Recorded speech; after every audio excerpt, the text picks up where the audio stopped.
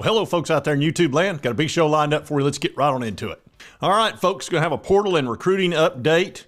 We're going to talk about if Mark Pope can catch up. He's a little bit behind, but that's part of the game. And I didn't do a show yesterday because, again, it was 75 degrees, so I played golf again.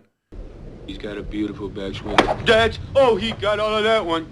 He's got to be pleased with Dad. But now I'm ready to do a show. Well, Lottie frickin' da! All right, can Mark Pope catch up with, Calipari and, of course, Rick Barnes? Calipari's doing his typical stuff. Barnes is picking up some really good players out of the portal and has some more work to do. Mark Pope is just getting started, and he's behind, which I told you, folks, it was going to be tough for him at first because John Calipari was going to grab all those 5 stars like he always does, guys that he already had recruited to Kentucky. He's going to talk them into coming to Arkansas, which he's already doing. And it wouldn't take long for him to do it. Mark Pope is just getting his feet wet. He just hired some assistant coaches, and he's behind the 8 ball a little bit. But, I think he'll catch up over time. And Rick Barnes is doing a real good job. He's picked up a second transfer portal guy that he really wanted, and we're going to talk about all that. We're also going to discuss the NFL draft a little bit, talk about that some. But let's get into what's going on with the transfer portal and recruiting. All right, now Rick Barnes at Tennessee just picked up Felix Okpara. He's 6'11", 235 pounds, scores about 6 points a game, 6 rebounds. The big thing that he does, he blocks shots. This guy has 2.5 blocks per game, had over 80 blocks last year.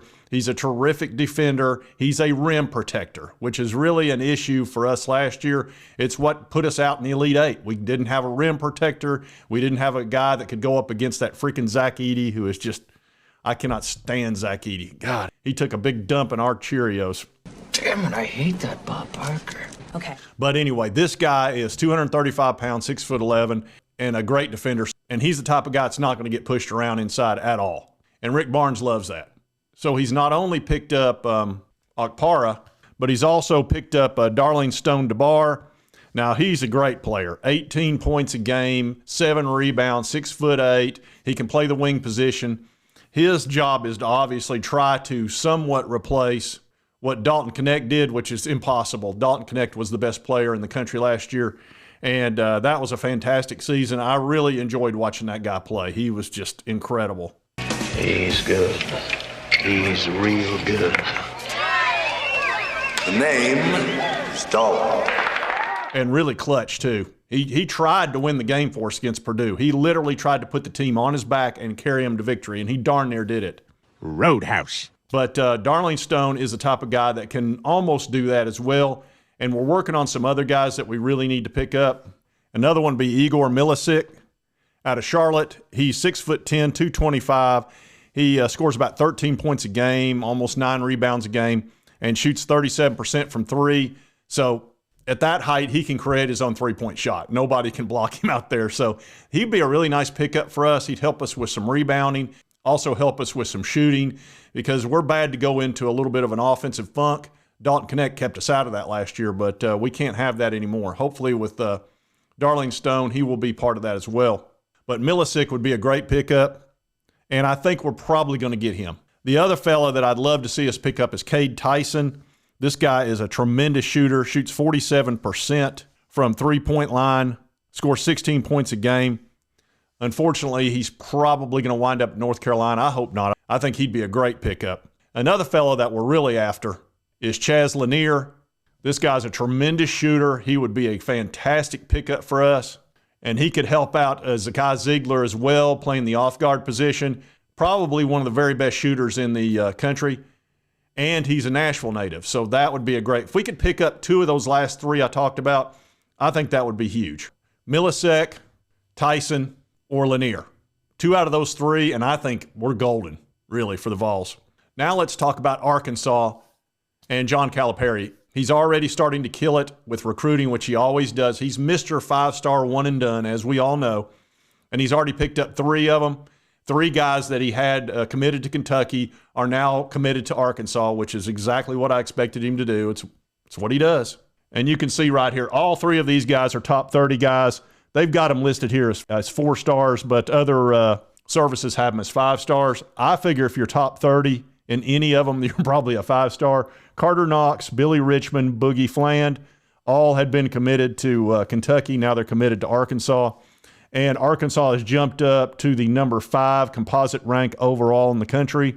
And he also picked up a Kentucky player, Ivasic, who's 7'2", 235 pounds, and he will block your shot. So he's already pretty much rated Kentucky. This is going to be a great year.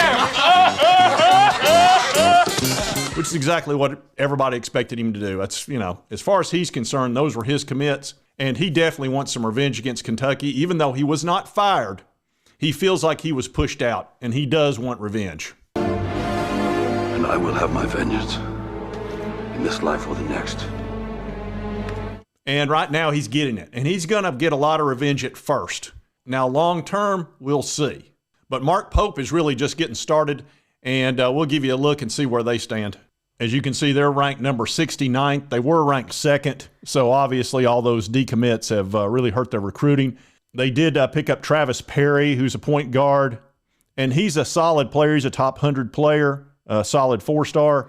And they also just picked up Amari Williams, who is a transfer guy out of, I believe, Drexel is where he came from, and he's a very good player, 6'10", 265, so a big dude.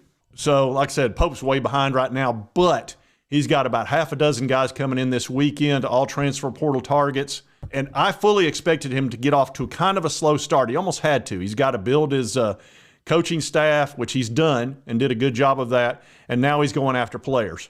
And they've got plenty of money up there, so I think they'll get some. But this is a tough time for Kentucky fans because they weren't super excited about the Mark Pope hire, but they've gotten on board. That's the one thing about Kentucky. They're going to give Pope a legitimate chance. But I think they were in a little bit of shock at first because that was really not who they expected. And now this guy needs to be given some time. This first year, I think what he's going to wind up is a very passionate team, not nearly as talented as Kentucky's been in the past, but I think they'll be a difficult out for a lot of teams because I think they're going to give maximum effort because that's who Mark Pope is. He's an effort guy. I can 100% guarantee you this. Kentucky fans are not going to be disappointed with the effort they're going to see out of this team, but he needs a couple of years. And hopefully, I think Kentucky will give him a couple. Surely they will, and not just start ripping on him. I don't think that would be very constructive, and I think they will. I think they'll give him time. And like I said, it's probably be Calipari's going to probably be on top at first, and then it'll probably switch over time if I had to guess.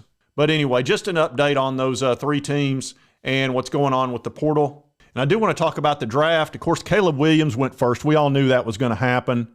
And he went to the Bears. The Bears, they've been kind of the bad news Bears, honestly. They keep getting all these first picks and can't really do much with it.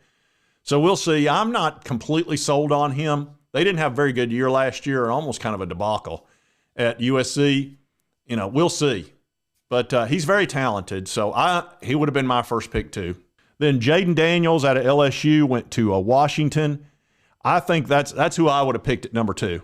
I can totally see that. He's very talented and can run. Drake May went to the Patriots, another really good quarterback. This was a huge quarterback draft. And as you know, the most important position by far, it's not even close, is quarterback. And then everything that directly affects the quarterback becomes next, which is offensive tackle, wide receiver, and then edge. And then the linebackers and the middle of the line and safeties and all that, they come afterwards. And you'll certainly see that in this draft. The first 3 picks were quarterbacks, then Marvin Harrison Jr., who is absolutely fantastic, going to the Cardinals. He will be an all-pro. Then, of course, an offensive tackle, Joe Alt, out of Notre Dame. Here's another receiver, Malik Neighbors, who was fantastic at LSU. Then J.C. Latham, who's an offensive tackle. And then the next pick, Michael Penix Jr., goes to Atlanta. And Atlanta just signed, Kirk Cousins to a $180 million deal? Why did they pick Michael Penix number 8? That doesn't make a whole lot of sense. I think he's a fine quarterback with a great arm. He does have injury history, so I don't know what a great pick that is, but you just paid a guy $180 million. What's he just going to sit on the bench for a couple of years? That's just weird. Anyway, that's who they picked. Tells you the importance of quarterback, doesn't it? Then another wide receiver, Adunze out of Washington. He's fantastic. Another quarterback, J.J. McCarthy. This is a very smart quarterback, and he's more athletic than people think. I'm not shocked he went in the top 10. I had a ton of people. I kept saying he's going to be a first-round pick, and I was like, no, he's no way. He's not athletic enough. There you go. It's not necessarily that he deserves to be in the top 10. He's a quarterback. And if you're a good quarterback in college, you got a very good chance of getting picked early. It's the way it is. We don't know how good he could be. We really don't. He was in kind of a very conservative offense. It's got to be America's team. And then once again, another offensive tackle. And then, of course, Bo Nix, a quarterback. And this is the pick which shocked me because this was a really smart pick. You know, all the quarterbacks are pretty much gone. And the Oakland Raiders have no quarterback. They've got like a Gardner Minshew or something. I thought that guy would retired by now. He's been a backup everywhere. So they really don't have a starting quarterback, which means they're pretty much history this year. But what difference does it make? You've got Mark Davis as your owner, so you might as well. You have failed me for the last time. Anyway, Brock Bowers a fantastic pick. Absolutely fantastic pick. They got him 13th. He should have been a top 10 guy, but of course, everybody overvalues quarterbacks and wide receivers and offensive tackles. So a tight end, you know, can sometimes fall. And Brock Bowers is one of the best tight ends I've ever seen. And super fast. Man, he's fast for a big dude. And then here you go, right down the line, another offensive tackle, then edge, and then finally a defensive tackle. Here's another edge. I mean, all down the line. That's just all it's about. You don't get into cornerbacks and safeties and all that till you get way down the line. So you can pick up some fantastic players towards the end of the first round who probably should have gone in the first 15 picks, but they're not a quarterback, they're not an offensive tackle, and they're not a wide receiver, and they're not an edge. So anyway, I just wanted to cover that a little bit, talk about those first 10 or 15 picks. And also Jalen Wright, who I think is going to get picked in probably late second, third round, somewhere in that neighborhood. And a lot of people think Dallas Cowboys will pick him with like the 87th pick.